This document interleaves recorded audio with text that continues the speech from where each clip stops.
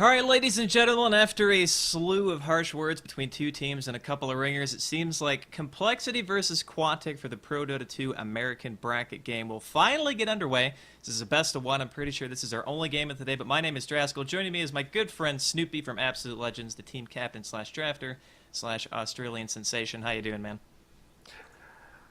Tired, buddy. Thanks for having me on board. Well, thank you for volunteering, because I know it's like, what, 9:30 in the morning right there? Yeah, man. Yeah, that's definitely brutal. So again, Quantic's going to be running with two ringers today, guys. They're going to have Dog, A.K. Braxton, LeBron James. I don't know who that is. I mean, I know who LeBron James is, but I don't know who that is as the Steam player. So we're going to get right into the ban phase here. And you were saying that Complexity's been under the radar quite a bit, doing some interesting new picking styles that we haven't seen out of them. So do you have anything you're expecting to see out of them this game? Um, don't know. I don't know what to expect out of Complexity. Like, no one knows. This is like my first match that I've seen them play in, well over a month. Yeah, that's kind of what I was saying. You and I talked a bit about it before we went on. It's like neither of us have really seen Complexity play that much. I know for sure that they've been practicing. You, in fact, told me as well that they've been scrimming a whole bunch in the last couple of weeks. So I'm really excited to see how they perform. And Quantic does have two ringers, but I'm pretty sure that Painted Gold, who is going to be Quantic Mama of this game, knows them very well, and I'm sure they're skilled players. So we should still have a pretty good game on our hands. And also, first ban out, going to be Brewmaster, taken by Quantic. And this is actually a question I wanted to ask you, because you played today versus MTW, and I believe you guys were victorious pretty decisively in that game. And you guys picked up the CK first pick. Do you think that teams are going to start banning him more? I still feel like he's way too strong early in mid-game to let him go. Well, some teams, I think Euros underestimate him a lot compared to the Asian scene. The Asian scene is like, that's a top priority if you're a first pick. He just crushes, like, if he gets a decent start, he doesn't even need a really good start when he gets into the mid game, because it's just his ganking capability once he hits 11 or whatever, just with a Tread's drums, he can one-shot any hero. And the luck factor also plays its part. Right.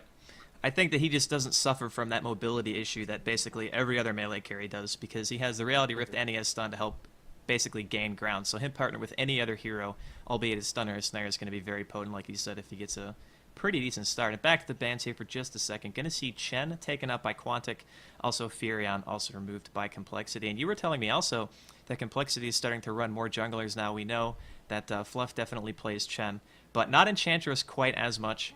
We had spoken about that too. Just the ability of Chen in the early game. He kind of hits his stride faster. He has more utility. That nuke, Test of Faith, obviously true damage as well, can add a lot to a gank, where Enchantress kind of needs more farm and needs to be able to get to level 6 before she is that ridiculously high damage output here that we can see her being sometimes with Impetus and some decent items. Also, CK taken out by Complexity.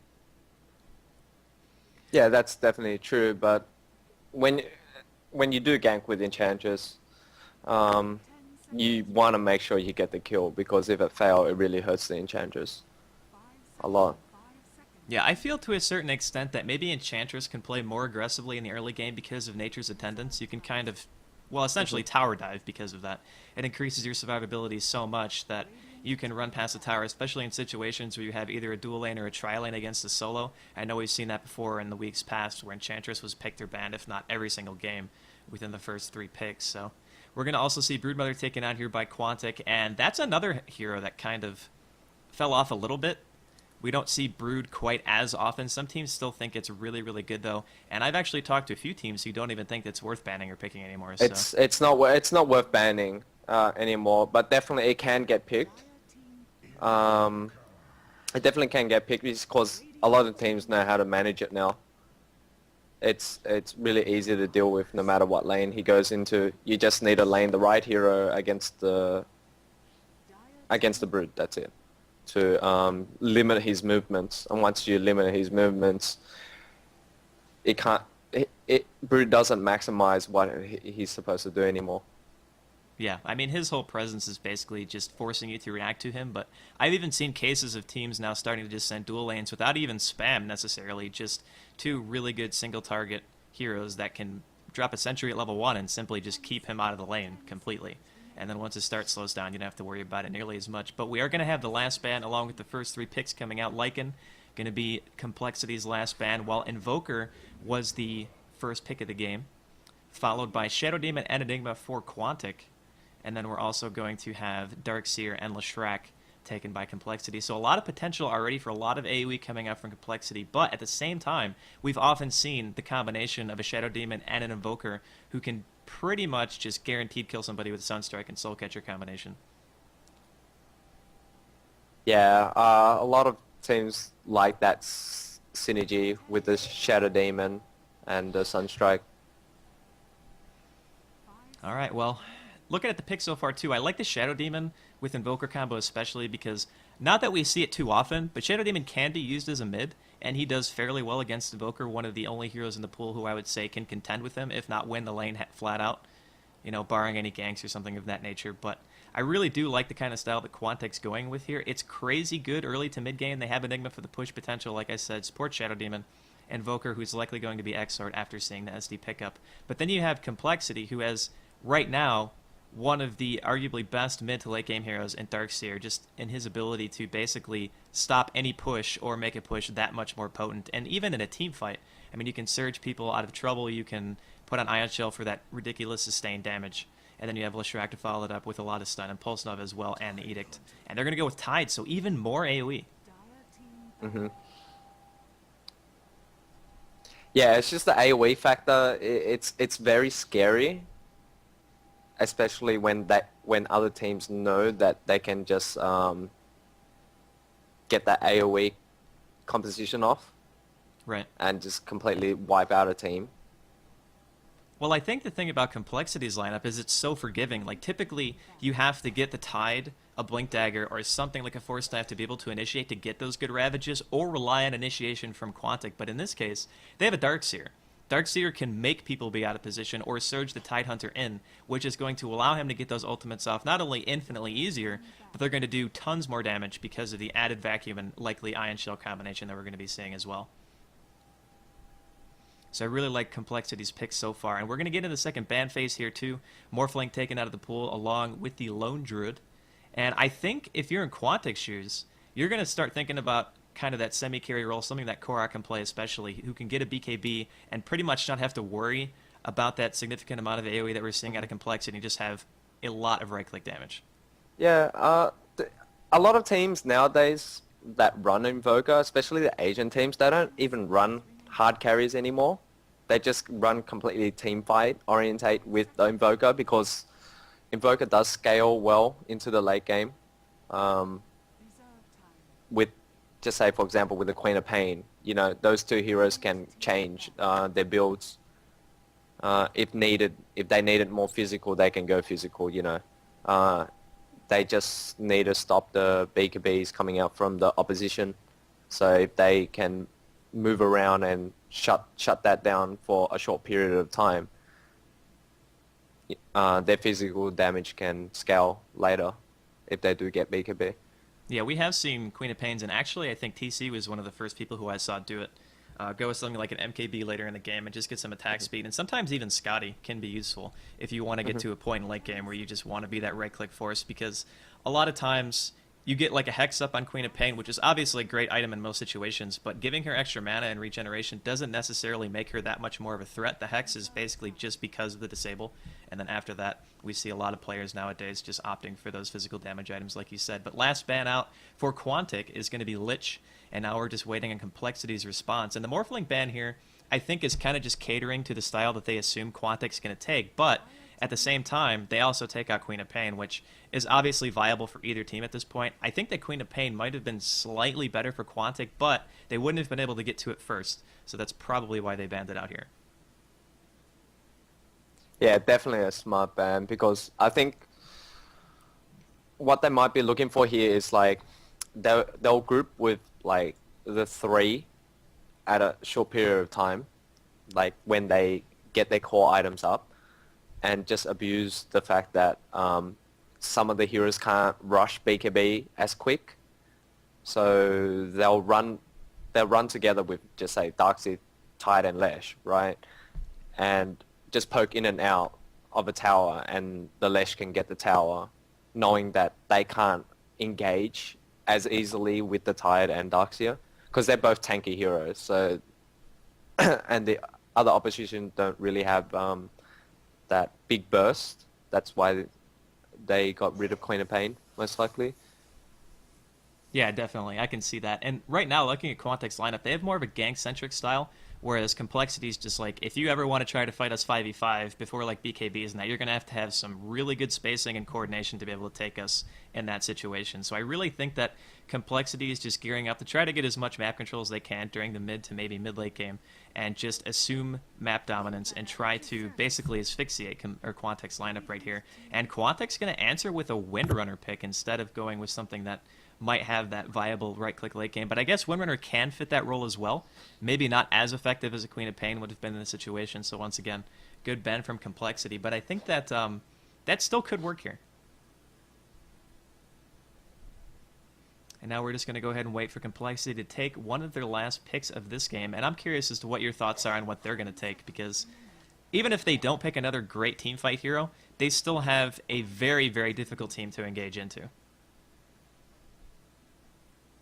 I have no idea what they can get. They got pretty much everything they needed here. Oh, wow. They're actually going to go with an anti-mage pick.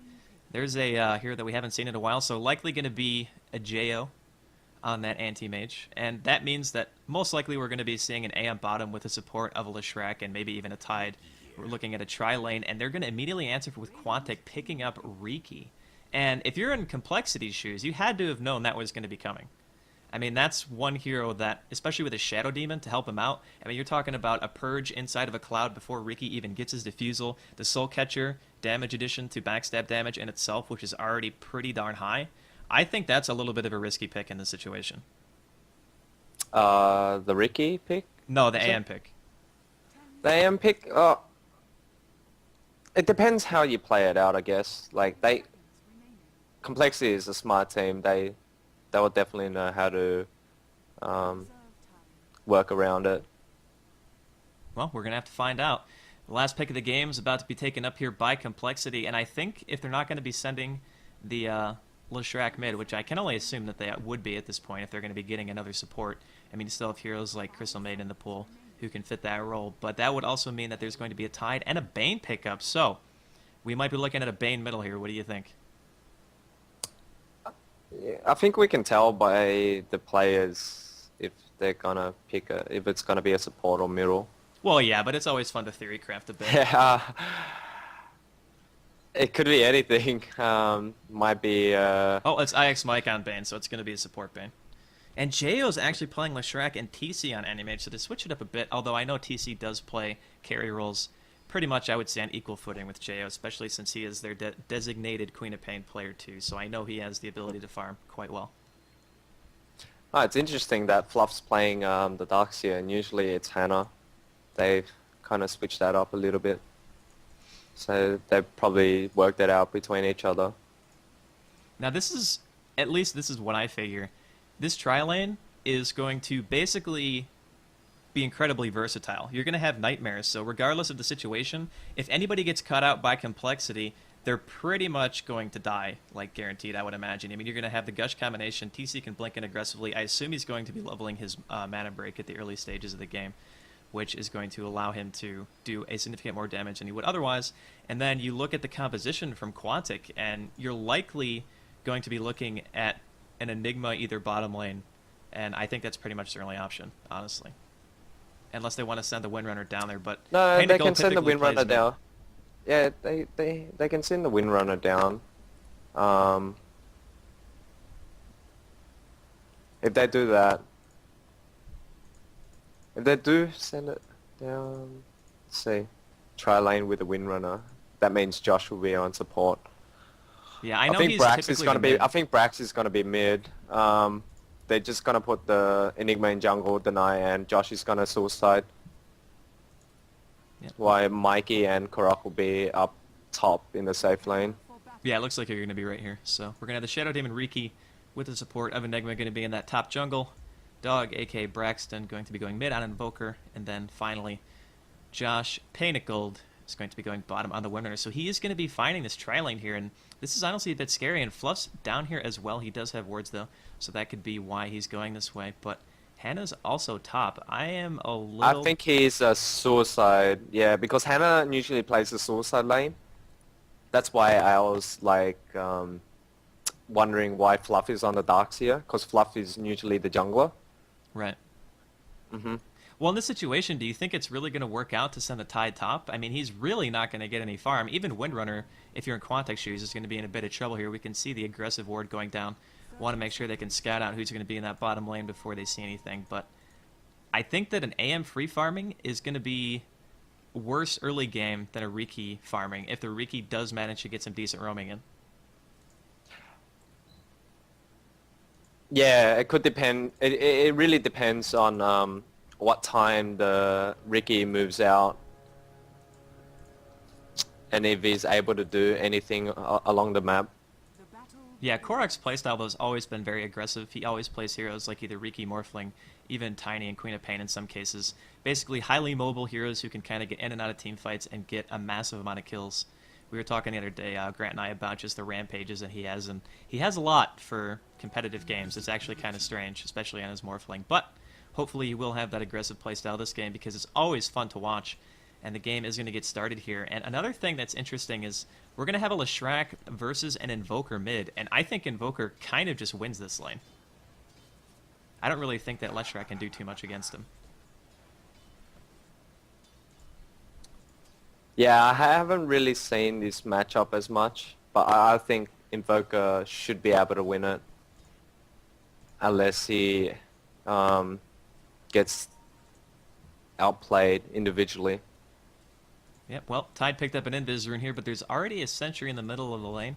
Heads up play there by Mikey. I don't know if he saw Hannah actually pick that up, but he still did place it anyway. So that means we're going to have the Anti-Mage going up against the Windrunner bottom, and we're going to have some pulling already being done here by Bane, played by IX Mike. And this is a really cute combination, too, because if they time it properly, they can completely negate Windrunner's Windrun and get full damage output onto him every single time, as IX Mike's actually taken quite a bit of damage here from some right clicks being thrown out by Pinnacle. But gonna have another pause because NEODota just wouldn't be the same without pausing. So do you give the advantage to anyone in terms of laning, at least in the early phases? Or you think it's just gonna come down to movement? I think that Quantic has a slight lead in laning, but the mid game should favor Complexity just because of their lineup. Just with the Tide and Darkseer factor, pretty much. Yeah, I think the Tide's actually going to be, honestly, not in too terrible of a spot, just because the damage that Quantic's top lane can do to him isn't going to be so high until they get a few levels. So I think that he might be able to get some early game experience. Probably not too much gold as he's sitting at 0-0 right now. So he's going to be suffering, but maybe not as much as Quantic would like him to. So apparently we got somebody from Complexity AFK. I think their Bane's actually not there at the moment. Oh, and he's back. So hopefully we can get the game started here. But Leshrac also picked up full damage, basically. He got 2 mantles. He has 2 branches as well, so he really wants to try to contest on that CS. The only problem is Dog is going for the Exort build, at least within the first couple of levels. He can still change if he wants to. Maybe he might be favoring going Quas Wex because he's against an AM, and EMP Cold Snap is a very, very good combination against him. But I guess we're going to have to wait until level 3 to find out for sure. Yeah. What do you think about that in general? Just the kind of predominance we've seen. Actually, speaking of, we're going to see Mamba actually get slept here with that Winter. Now, that's what I was saying before. Fluff's here in the river as well with the Iron Shell. Surges himself. Who's going to be able to get the first blood? Trying to stutter the auto attacks, body block him a bit, but it looks like Bane, IX Mike, actually going to get the bonus gold right there. So Windrunner does eventually fall, and that's what I was saying, man. You get caught out by a Bane, even a Windrunner's not really safe. Yeah. That was a bit unfortunate as well. I think Josh overcommitted on harassing the Bane out, thinking that he would survive. Oh, wow. Sick dodge right there by Jay. I'm not sure if you saw that, but good anticipation knowing the Sunstrike was coming. And he's going to be able to pick up a regen for his trouble. Nice play there, right, too, pushing the lane back just in time for the 2-minute rune, allowing himself to be in a much better spot than he would have otherwise. He actually hasn't used any regen, whereas Brax is actually down 2 tangos at the moment, but he doesn't have too many ranks in quas as of yet, so his regen's not as ridiculous as it normally would be. And top lane, Hannah Montana managing to get pretty close to level 3 so far. See Quantic Mikey doing some creep pulling over here to the side. And take a look at Korok's CS right now. He is 16-6, so I actually don't think he's missed anything. I'm pretty sure that's close to a perfect CS score. We'll find out in 10 minutes because in 10 minutes it's 82 for the perfect score. That's so including the 2 catapults, right? Yep. Okay. So middle lane's actually going a little bit more even than I expected. We're going to have Brack sitting at 10-4 right now, Leshrac at 11-1. So it actually is quite even so far. As the levels start to get higher, though, I think that's when Invoker is going to start pulling ahead simply due to the fact that his base damage is going to be scaling so well since he is going that full XOR build. But at the same time, TC farming away bottom 18-3 compared to the 20-6 of Riki. So Korok getting a little bit ahead here, not anything too notable, but at the same time, we can see where Pain of Gold has to play right now. I mean, he is just so scared of getting ganked again. He has absolutely no vision down here, has no idea that Fluff's currently running by a small camp in his side of the jungle, so there's not much he can do about it. He just kind of has to sit there and, I guess, watch TV or something until the game kind of changes and he's needed somewhere else. Oh, and he's actually going to try to pre-rune down here for his mid. This could be a bit of a mistake, though. He's going to find Fluff, who runs into him with the Ion Shell, and that just does so much damage in the early game. Double damage also going to pop down here as well. He's going to go ahead and pick it up. Fluff does buy a bottle, too. I guess he was bottle crowing with that? No, I think he just used it. I think he just picked it up. Not sure. Wasn't looking. Yeah, that's definitely interesting. I suppose it could work, though, especially if you're planning on pre-runing, and you know that the Invoker is not going to be getting much help towards that bottom rune. That's actually pretty intelligent, now that I think about it. Because there's pretty much no way the Windrunner can contest that bottom rune ever. So as long as it spawns down there once, it's going to allow Fluff to pretty much get back up to, like, full, or if not, you know, higher HP, and be able to sustain his jungle that much easier. Seen some cool stuff here out of Complexity. I'm really happy to be watching them again because they were one of my favorite teams because, you know, I'm American and everything, so got to root for Team USA. But in this case, both teams are US, so. They can't both win. There's always got to be one loser. There can be only one, as we see Jo throwing out a Split Earth on the mid. Gonna eat the Cold Snap from Dog, actually. He wants to try to fight this. Edict's gonna pop. Creeps are almost dead. This could be a kill for... Oh, the Edict kills him afterwards. But Dog gets the kill first, so getting the bonus experience, coming out slightly ahead there. As you can see, Leshrac only level 5, Invoker actually close to 7 now after that exchange. That was really unfortunate timing for Dog, I think. I think Dog could have... Oh, and top lane. Nice. Korok solo dives Tidehunter. I always miss one of those kills, man. Like, the one-on-one kills. Sometimes you just don't expect it, and then you look at the map and you're like, oh, crap. Yeah. But go ahead, what were you going to say?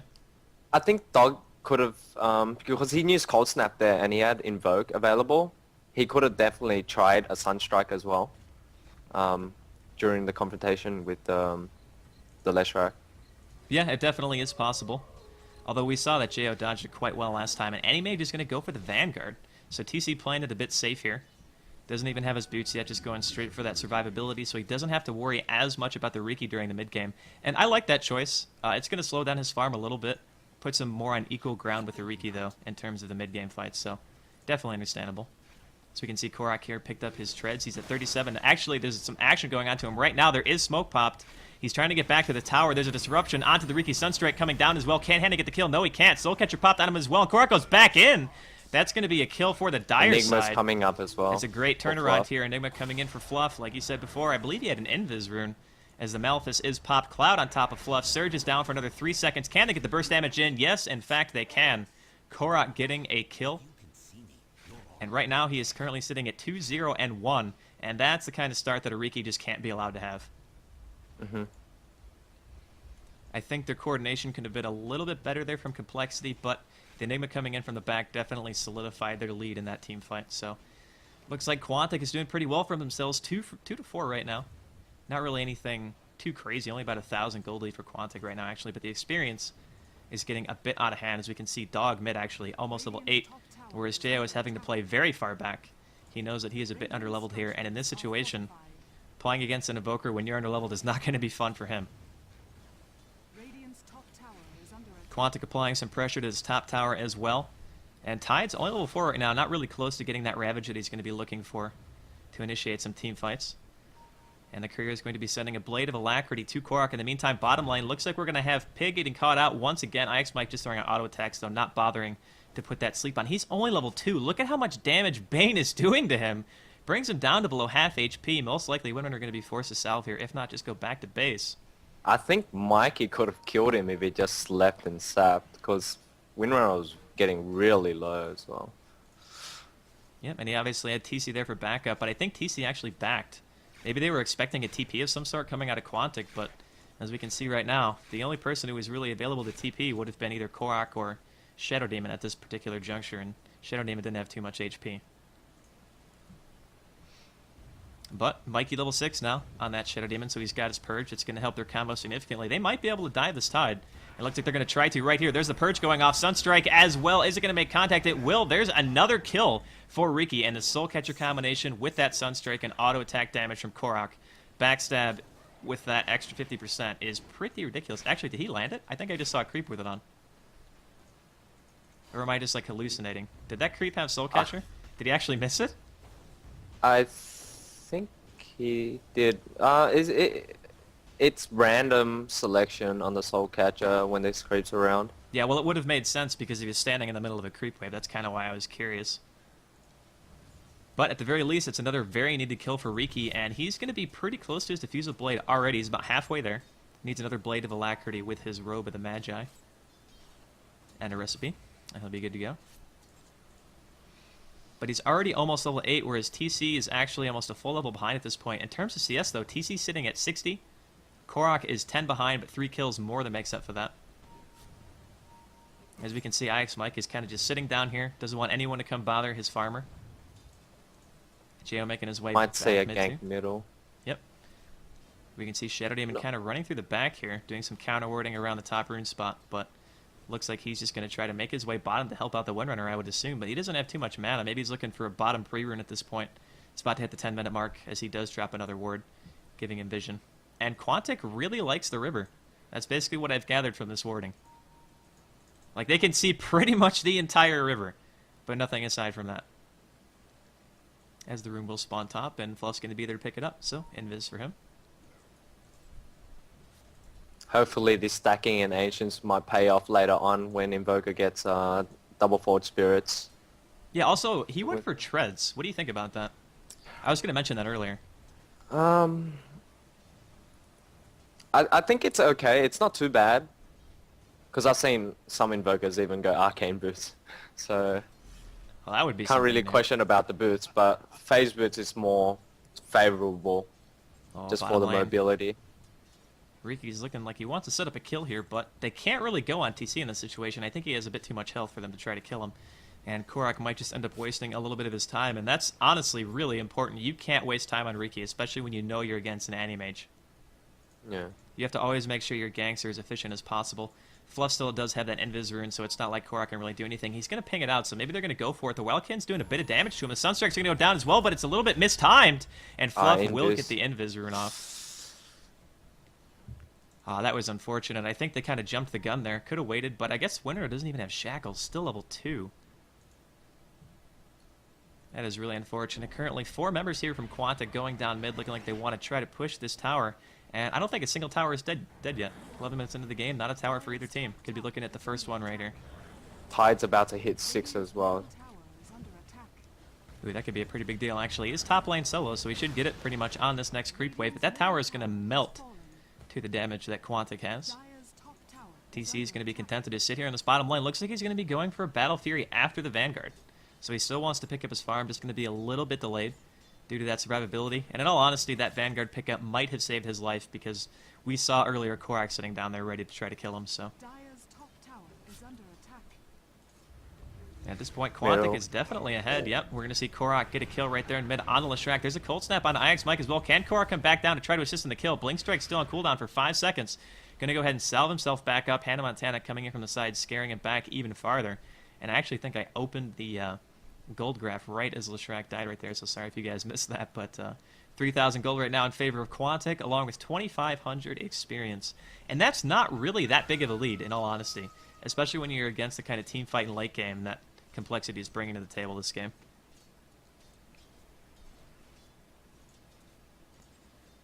And right now, Dog just bought something, but I'm not sure what it is. Okay, so he went with the Force Staff. And the mechanism going to be picked up here soon by the Enigma. We're going to have a Gush middle onto Brax, but a very nice Force Staff will get him out of range of that vacuum. I'm pretty sure they still have Dust too. Yep. Fluff still does have it. Haystern picked up in the bottom rune spot by Shadow Demon.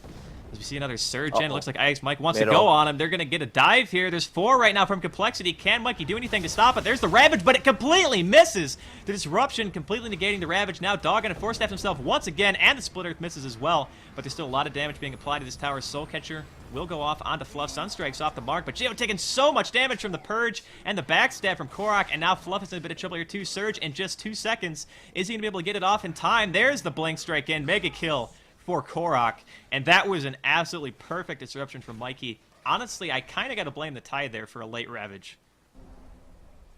I mean, I don't know if it was server delay or what, but it felt like he was in disruption for about a second and a half before that Ravage went off. I think he was trying to catch both of them off before the disrupt. I think he got just too greedy. Yeah, definitely. And what do you think about the choice to Surge IX Mike instead of the Tide? I mean, if you were going to throw out the Ravage anyway, I mean, why not just Surge I think Tide? originally because he was above the hill, they wanted to set it up with the sleep into the stun for the Leshrac. Yeah. So it was just oh man, double it damage. was situational during that time. Double damage Riki with a defusal already. Somebody's going to be in huge trouble here. It doesn't really matter who it is. If Korok catches anyone, it's going to be IX Mike. 3 hits. And he just dies instantly. Fluff going to try to get the heck out of here. He gets purged, though. Surge is now on cooldown. Fluff could be in trouble, too. That's a double kill for Korok. Wicked sick. TC can't fight this either. There is no way you can fight a double damage Riki at this point in the game. 14-minute defusal blade. Korok 7-0-2 with 75 CS. That's not a good sign if you're in Complexity shoes right now. Oh, man. Also, top tower getting denied by Tide, so not giving them any more extra gold that they would have otherwise gotten. Now, bottom lane looks like it's going to be in a bit of trouble here, too. Korok throwing out as much right-click damage as he possibly can. Double damage finally fades. His TC is getting close to his Battle Fury as well. What did he drop on the ground there? Oh, just a set of tangos. All right, so he's got his Claymore up with the Ring of Health here. And I don't know if TC is going to get enough farm fast, man. Like, he needs to be farmed, like, now. Because this is the point in the game where Quantic's going to have so much map control because their Riki is just that farmed. Like, he always gets the start that he needs whenever I see Quantic play. And Korok might be looking to pick off Tide here as well. Top lane, Hannah going to be taking quite a bit of damage. Purge, as soon as he turns around, he's going to run into the Sunstrike. And Invoker with the assist from downtown. Oh, man, 2-11 right now in favor of Quantic. And do you think TC can really bring them back into this game? Because that's a question that I have in my mind right now. I think they need to stall it to, say, 40, 50 minutes. You know, that's 25 minutes. So they need to find a way to get that amount of time for TC. Yeah, I think the one thing they have going for them is that they still have a great base defense team. Like, they have Ravage, they have Vacuum, Leshrac, so they can turtle up at the base, but at the same time, how much extra gold is that going to give Quantic? And I just missed another solo kill because apparently Korok 2-shots Leshrac before I can even get the camera over there.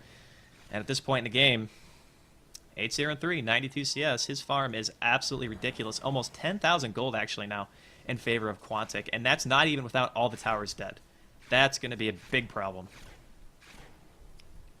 By the way, I think Doggy misclicked the skill. What do you mean? I think he forgot. I think he forgot to get 4 costs for the double forge spirits. Oh, actually, yeah, that's a good point. Yeah, he has a point in Wax, so maybe it was a misclick. I'm not really sure though. I would kind of imagine it is. Oh, Korok going on a Fluff. Another 3-shot. He gets gripped though from the low ground. This could be the first death on Korok, but actually, never mind. He has the Aegis, so he's going to be respawning here in just a second. TC blinks up as well to try to fight this. And Korok is going to come up. The Split Earth does land, but he gets forced out by Dog. Doesn't matter, though. Ravage hitting one target, and he blink strikes back to his teammate. Is Korok really going to live through this? Mikey trying to sacrifice himself for the greater good. And it looks like Korok will escape due to Mikey's sacrifice. An unbelievable coordination right there from Quantic. Able to force staff Korok out of trouble, even though the Splitter still made contact. And the Aegis keeping him alive for a little bit longer. So if you're in Korok's shoes right here, do you want to go with the BKB, or do you want to go with more damage? I think he's gonna go BKB next. There's no point getting more damage. He's already dealing more than TC enough doing a right lot now. of damage. Is he really going to go down in this cloud to koRock? It's a man fight, and koRock wins with basically 20 to 30% health starting off, and that is a godlike streak for the Riki.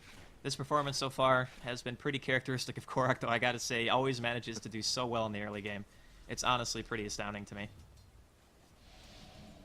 I mean, in the situation, you could have argued that he should have done well because he was against that solo Tide, but still, always managing to be in the right place at the right time. And this is kind of like a how-to play Riki. Just be in those spots where you catch people solo, get as many kills as you can with your Diffusal Blade if you get it early, and just pretty much run the game. And that's what he's been doing.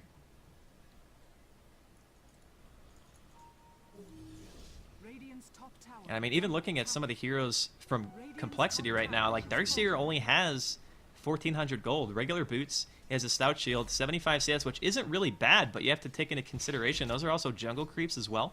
So it's not a consistent gold income that you would normally see from a hero who just farms a lane. Invis up here on this Enigma bottom lane. Oh, there's going to be a sentry drop. Mikey's going to throw the disruption. The sleep is on, though. There's the split earth from basically Fog. Sunstrike goes down, though, on IX Mike, and the purge damage will kill Shadow Demon. Now there's going to be a black hole on one hero. The E is still doing a lot of damage with the Pulse Nova, though, and Jaya will end up picking up the kill on Enigma. Now Mikey going to be forced to get back here. Pops a salve on himself as the rest of Complexity falls back, knowing that koRock is going to be close by. That Sentry Ward will spot him out, so I do not believe that Complexity wants to fight this. See pings all over the map, and looks like Fluff was trying to do some counter warding himself before getting chased out. And that was, I guess, a decent fight right there, but man, just the team fight so far. We're going to see a Sunstrike go off. 4 vision as well, and one auto attack almost kills Fluff flat out. There's the purge. And one more. Oh man, 11 kills for this Riki. And the rest of Quantic is sitting mid right now. Only missing their Enigma, who unfortunately died during that little skirmish in the jungle. And a lot of damage being done to the second tier tower, and I don't think there's anything right now that Complexity can do to stop this push. Yeah, they're definitely in a tough spot. Tower kill going to go to Windrunner. koRock has his BKB now, by the way. So even with a Ravage, I don't really think they're going to be able to do too much to koRock. He's level 16. It's only 20 minutes into the game. The next highest level on Complexity is level 12, and that's TC. I mean, I would imagine that Quantic at this point could probably take the last tier 2 bottom, wait out another Roche, and just try to push again. Yeah, I think that's what they want to do as well. You know, we're seeing Complexity come back from a lot worse. They might do one of their Complexity smoke ganks. The patented Complexity smoke gang. I've seen it too, man. Yeah. I'm not going to put it past them, because I think they actually are together right now. I think somebody has a smoke, if I'm not mistaken. Oh, IX Mike getting caught in the back. That is unfortunate. They do have a smoke, though. They're going to throw it out. koRock has a BKB. Can he get the kill on Jo? He's going in right now. Sunstrike going to barely be off. Jo still running around the tree. koRock will still take Edict damage, by the way. He needs to get the heck out of here. He does have another purge. The smoke is still on cooldown, or the dust, rather. I think they're actually out anyway. koRock still trying to pick off a kill here. A random vacuum does hit koRock, but he's going to be able to back out and be okay. So in a 4v1, you still manage to not get a hero kill. That's kind of a problem. TC, in the meantime, does get the tower top lane. As we can see, a 4-step going in. There's a purge on a TC. Can he blink himself out of here in time? He will go farther into the jungle. The purge will finally go off. Shadow Demon using that poison for vision. As we see another Malphus go, and now TC is blinking even farther into the jungle, and just more Shadow Poison. He gets with the blink. Another kill for koRock. Unbelievable play so far from Quantic. And I agree that if any team can come back from a game like this, it's going to be Complexity. But I don't know, man. Like, that Riki is just so farmed. I would hate to be in this spot as well, man, but I'm pretty sure that they'll try to do something at least. We just got to wait for that moment. Yeah, we can see Leshrac going for the Ogre Club right here. Probably going to be rushing a BKB, I would assume, as to not get completely shut down by that cloud. But, man, this is such a rough spot. I mean, Tidehunter is level 9 right now. He has that Ravage. He's got the max rank of his Anchor Smash. He's got a couple of ranks in Gush. He picks up his Drum finally. But I just don't know if it's going to be enough. I mean, they have to commit so much to just killing one of the heroes. And that's not even including the Windrunner, who now, with the start that Painted Gold had this game, he has a 4-staff, and he has another 1,700 gold. Like, when the Suicide Laner basically has that kind of farm, from the team that's in the lead, you got to be kind of wondering what's going to happen, as we're going to see a Sunstrike just randomly go off in mid and hit IX Mike right in the face. Actually, did they see with that ward? It is nighttime. Maybe they still saw him. They got a ward above the Yeah. middle T2 tower. I'm pretty sure that's all. Oh, TC might be in a bit of trouble here. He does have his Battle Fury into Vanguard. He might be able to live through this cloud. We're going to have to find out, though. First auto attack does go down. TC perched inside the cloud. He's just trying to right-click him, and he is just basically submitted himself to dying right there. Split Earth is going to be off the mark. Not quite in time to save him. Anyway, I'm not really sure if he just knew he was dead or what the situation was, but nobody from Complexity really to help him out. Now IX Mike's in trouble as well. One extra hit, but he has to pop the BKB. Now IX Mike is going to throw the grip on the Sunstrike. I heard it, but it wasn't anywhere near where it needed to be, and now coRock basically getting... Oh, what a good nightmare right there from IX Mike, stopping himself from dying, and they do manage to pick off coRock, but... Oh, they did lose their carry anyway, so...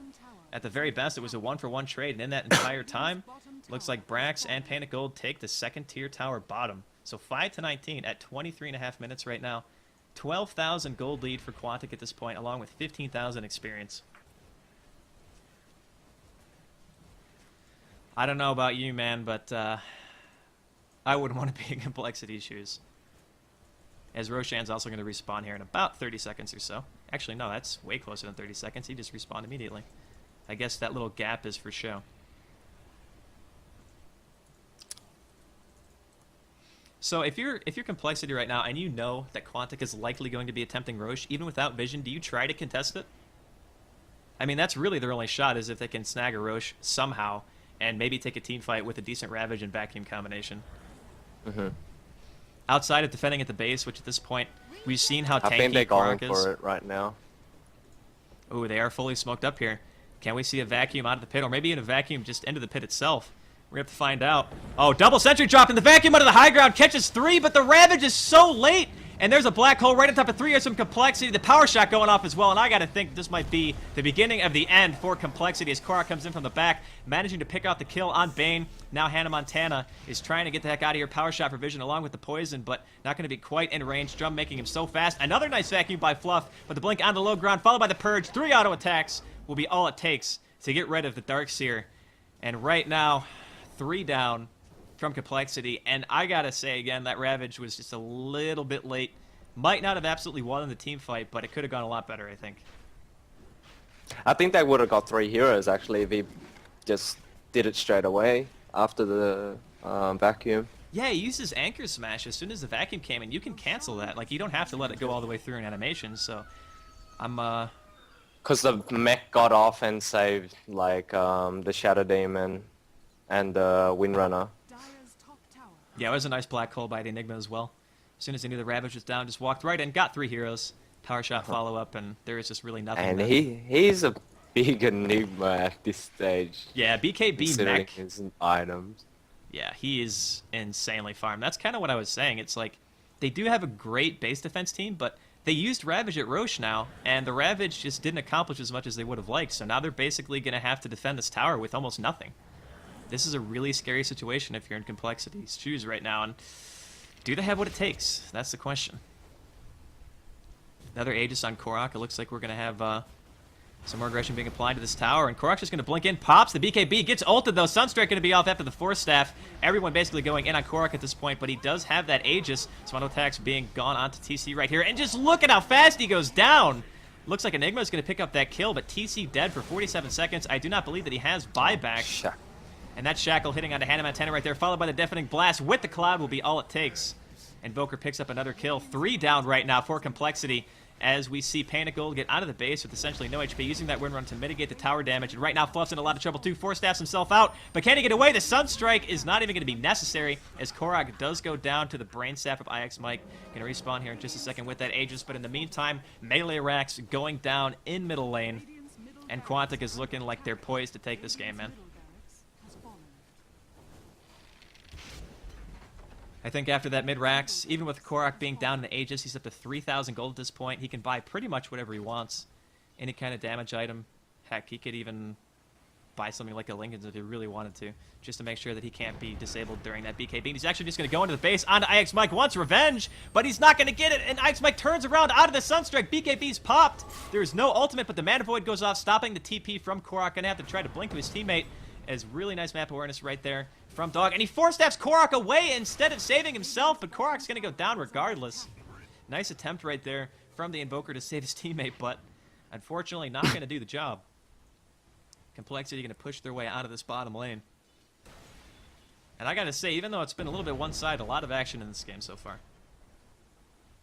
Yeah, it's mainly coming out from koRock. Yeah, he's just everywhere, man. He's just everywhere. He just As soon as you think you're full safe, out aggression once he gets the defusal. but that's kind of the way Riki should be played, man. Like, if you get a kind of He does that. He does that a lot with Morphling as well. Once he gets shotgun, pick off the any weaker chance heroes. he gets, yeah, any chance he gets, he'll try to pick off a hero and then replicate out. Yeah, it's such a good thing to do, though, against a lineup like Complexities, because if you take away the Leshrac, you take away, you know, even the Bane in some situations, their team fight potential is greatly diminished. So they never can really get to that stride of 5-on-5 that they were looking for this game. They were just always held down by the fact that Riki was so farmed, and he was able to basically go in 4v1 and still kill your carry. Like, that's a situation that just simply can't happen in any game, regardless of whether or not it's a Riki or not. It's just been really rough for Complexity this game. I don't think either of us thought it was going to be this one-sided.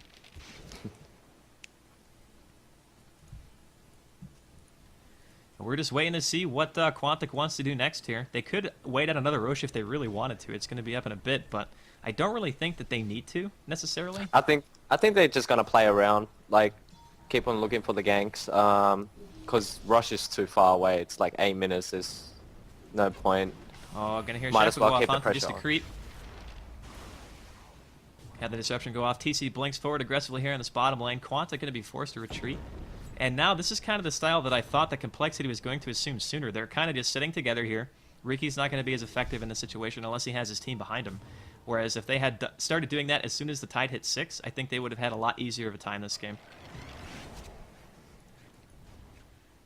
But definitely great abuse of Quantic right here, knowing that Anti-Mage was basically going to be played defensively here. His farm was slowed down a lot by picking up that Vanguard. And honestly, it didn't even save him. I mean, he's 1-4 basically.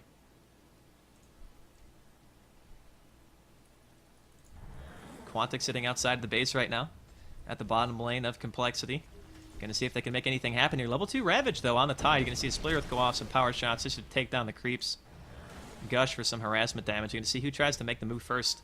I really think that if you're in Complexity shoes, you don't want to make the first move, because if you do, there's always that room for error. There's a blink now on the Enigma as well. Vacuum out of the high ground into Evoker. Immediately gets a double Force Staff all the way out of the base. There's a disruption onto the tide, and in the base, koRock once again going in by himself, gets aimed to half HP. There's a Ravage, does manage to clip 2. Nice dodge there by Mikey, and a black hole in the base. Catches basically 2 heroes, Leshrac and Bane, both dead already. Mana Void is going to go off, but not really doing much damage. koRock's still alive as well.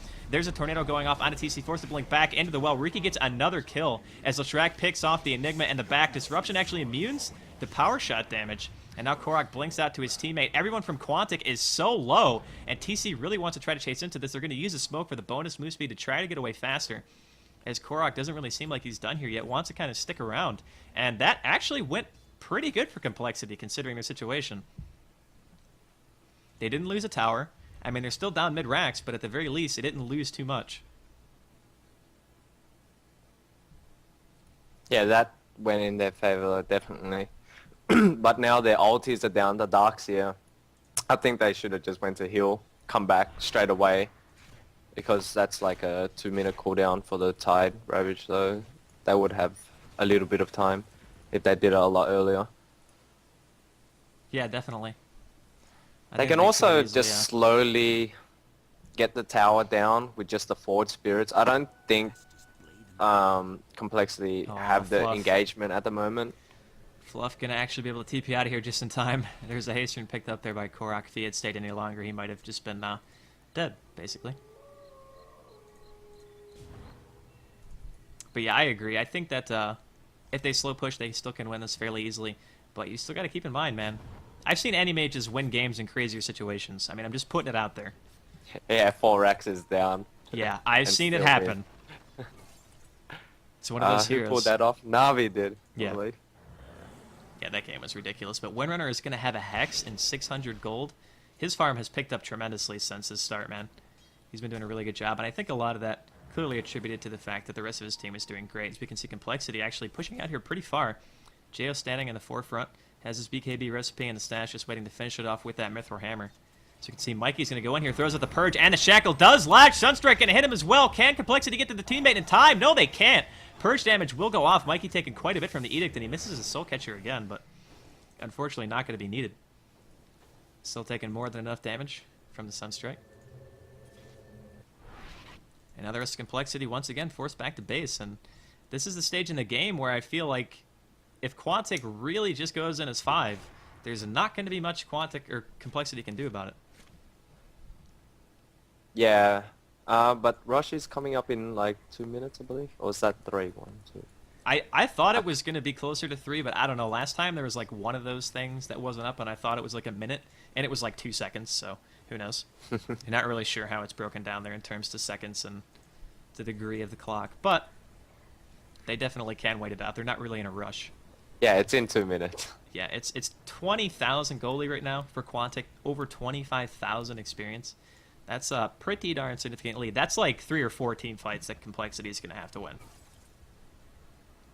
I mean, the experience might switch faster than that, but in terms of just the sheer gold, they're going to need to win a lot of team fights, and hopefully at some point get some towers, because all the tier 2s and a tier 1 is still standing right now for Quantic, which is a bit surprising at 34 minutes especially.